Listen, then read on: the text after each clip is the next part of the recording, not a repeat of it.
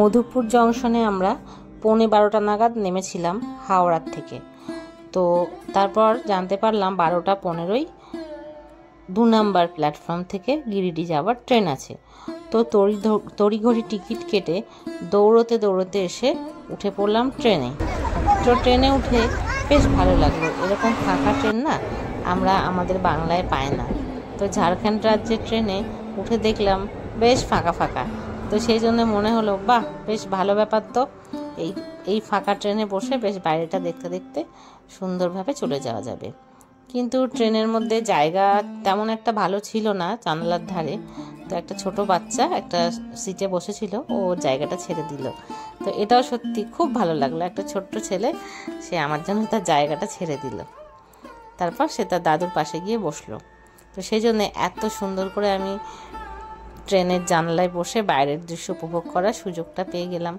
তো যেমন দেখছেন, এই যে চারপাশের প্রকৃতি অনেকটাই আলাদা আমাদের থেকে। এখানে কোনো ভিড় ভাট্টা এসব নেই, অনেক ফাঁকা ফাঁকা, অনেক ফাঁকা জমি। যদিও এখানে চাষবাস ভীষণই কম হয়, কারণ এখানকার মাটি লাল রুক্ষ।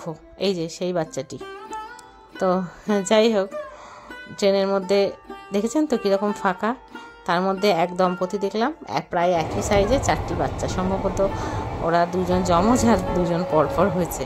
তো এই রেয়ার দৃশ্য আমাদের এখানে দেখা যায় না। আমরা তো আপাতত এখন 1 বা 2 এসেই থেমে গেছি। তো এই দেখুন, যাই হোক, এদিকটা মনে হচ্ছে একটু চাষাবাদ হয়। আর এখানে কিছু কিছু জায়গায় মাটি খোঁড়া আছে, হয়তো কোনো কাজ চলছে। তো সেখানকার মাটি বেশ লাল লাল। তো ট্রেন একটা স্টেশনে এসে থামছে, কিন্তু কি ফাঁকা দেখেছেন স্টেশনটা, জনশূন্য, একেবারে জনশূন্যহীন। তো এই স্টেশনটার নাম জগদীশপুর। তো ট্রেন আবার চলতে শুরু করেছে।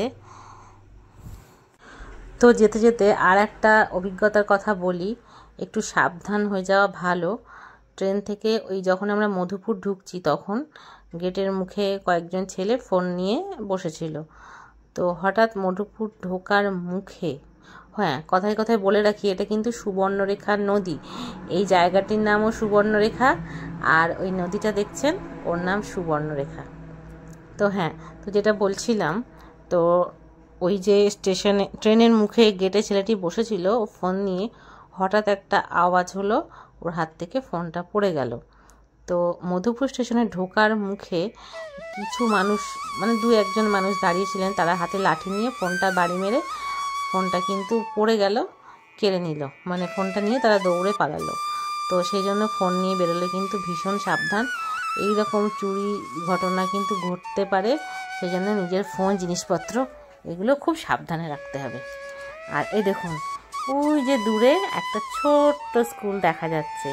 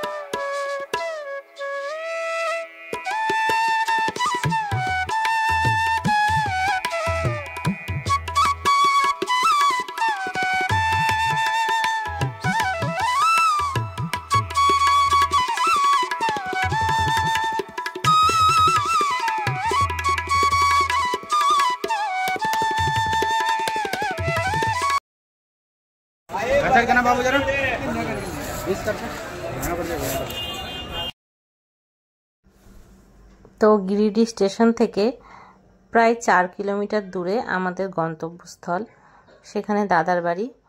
তো আমরা সেখানেই কয়েকদিন থাকবো, সেই উদ্দেশ্যে এখানে এসেছি। তো চলুন এই শহরটা ঘুরে দেখতে দেখতে চলে যায় বাড়িতে।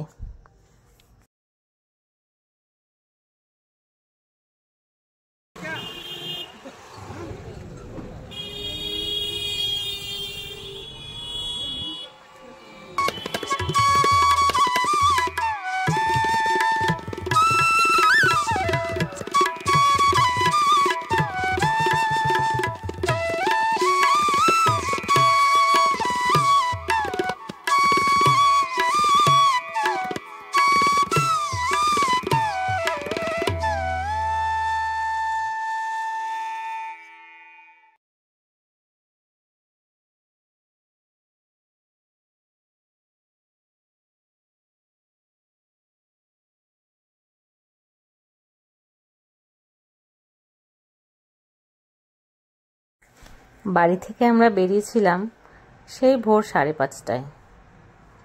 তো এখন বাজে এই বেলা 1:30টা মতো। তো হাওড়ার থেকে গিরিডি আসতে এই আমাদের এতগুলো ঘন্টা সময় লাগলো। তো বাড়ি প্রায় পৌঁছে গেছি। তো আজকের ভিডিওটা এইটুকুই থাক, আবার দেখা হবে পরের ভিডিওয়। সবাই ভালো থাকবেন, সুস্থ থাকবেন, আনন্দে থাকবেন আর পাশে থাকবেন।